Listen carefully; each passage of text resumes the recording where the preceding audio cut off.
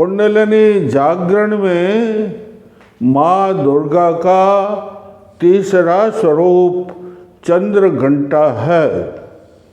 नवरात्रि के तीसरे दिन चंद्र घंटा की आराधना की जाती है। इसे चंद्र घंटा क्यों कहते हैं? माता के सिर के ऊपर घंटे के आकार का चंद्र अर्धचंद्र है, जिसका प्रकाश, जिसका आलोक तीन लोक में आलोकित करता है। इसलिए इस माता को चंद्र घंटा कहते हैं। देखो भाई, ये चंद्र घंटा का स्वरूप बड़ा अलौकिक है रे। इससे साधक जो साधना करता है चंद्र घंटा की नवरात्रि के तीसरे दिन, उसको सब सुखों से संपन्न हो जाता। सब सुख, अष्ट सिद्धियाँ, नव निधियाँ प्राप्त हो जाती है। सारी शक्तियाँ उसको प्राप्त हो जाता है और बड़ा शांतिकारक इसका स्वरूप है। बड़ा भव्य ज्योतिमय स्वरूप है। स्वर्ण के समान चमकता उसका स्वर्ण वर्ण है माँ चंद्रघंटा का, और लाल साड़ी पहनती है।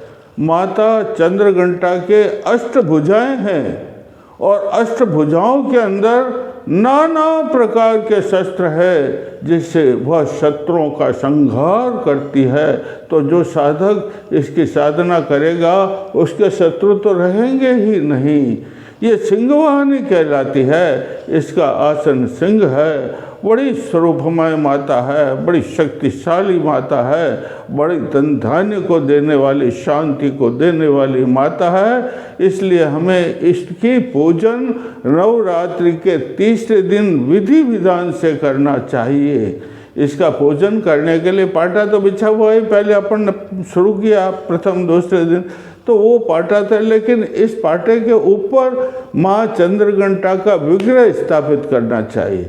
चंद्रघंटा का विग्रह स्थापित करके और सामने सब पूजा के अगर आपके पास सामग्री है तो रख दीजिए, और उसके बाद में सामने दीपक प्रज्वलित कर दीजिए, अगरबत्ती प्रज्वलित कर दीजिए, और उसके बाद में जो है सब सामग्री पर गंगा जल का छींटा दें। किसका? गंगा जल का छींटा। आप, मैं इतनी मेहनत करता हूँ तो आप मेरे चैनल को सब्सक्राइब करें, लाइक करें, कमेंट करें और शेयर भी करें। तो फिर सब सामग्री के जल का छींटा देने से पवित्र हो जाता है। सब सामग्री धरती के भी, आसन के भी, आसन भी आप शुद्ध हो जाता है। और फिर आप जो है आसन को शुद्ध करके चारों ओर जल लेकर के कलश से और चक्र कटा दो, ताकि कोई वायव्य शक्ति अंदर प्रवेश नहीं कर सके। और उसके बाद में देखो भाई, मानसिक पूजा की जाती। मानसिक का शास्त्र में लिखा मन से भावना।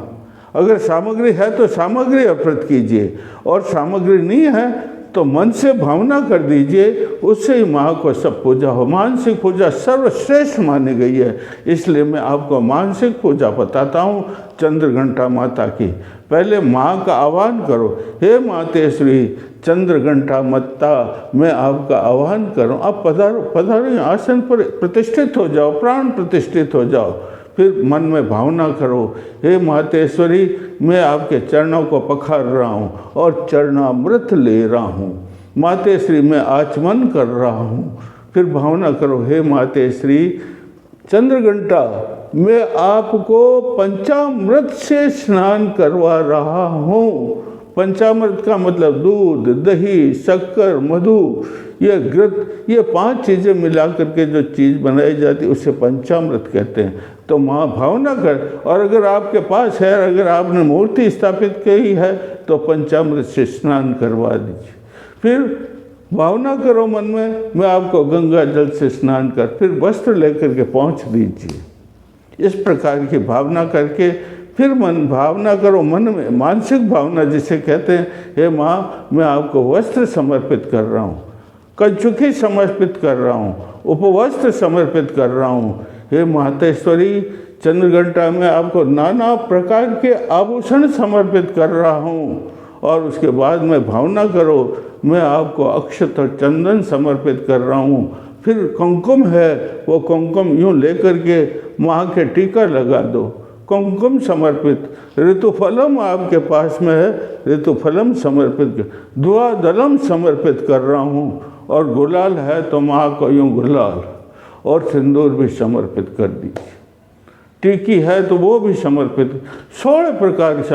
और फिर मन में विचार करो, भावना करो, शास्त्रों में लिखा हुआ, भावना करो माँ में आपको गंध अत्र समर्पित कर रहा हूँ, पुष्प समर्पित कर रहा हूँ, माला पुष्प माला समर्पित कर रहा हूँ, आपको दीपक प्रज्वलित समर्पित कर रहा हूँ, और पंचमेवा समर्पित कर रहा हूँ, बादाम पिस्ता ये सब पंचमेवा समर्पित नैवेद्य कहलाता है। और फिर पान, मोमेला, सुपारी, इलायची ये सब आपको समर्पित कर रहा हूँ। फिर सारा परिवार खड़े होकर के सप्तबत्ती लगा करके और साधक माँ की पूजा करे, जय जय चंद्रघंटा माता, जय जय चंद्रघंटा माता।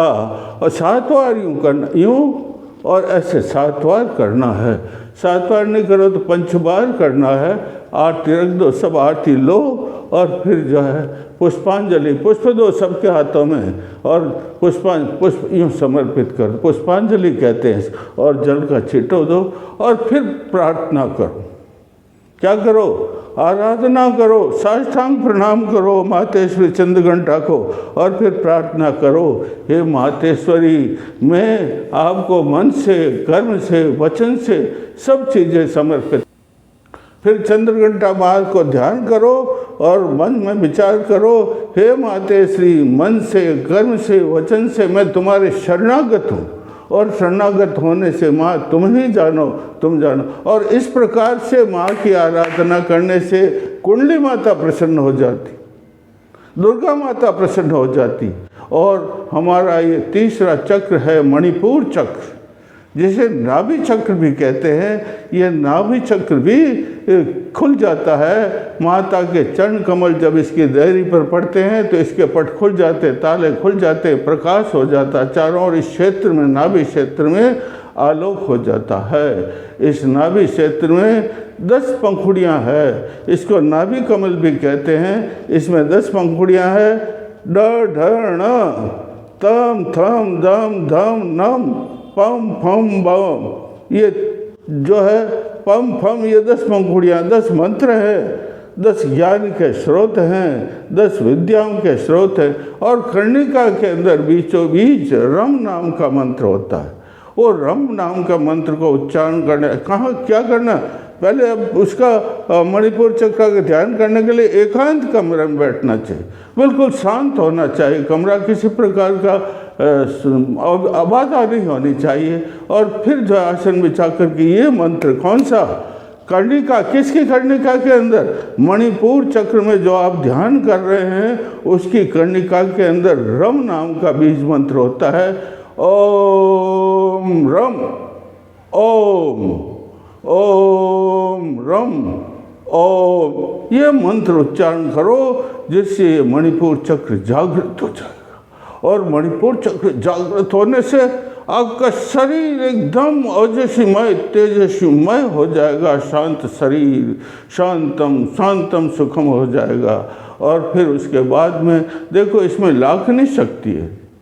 कौन सी शक्ति है? लाखनी शक्ति है, और ये अग्नि तत्व कहलाता है। और लाखनी शक्ति का ध्यान करो।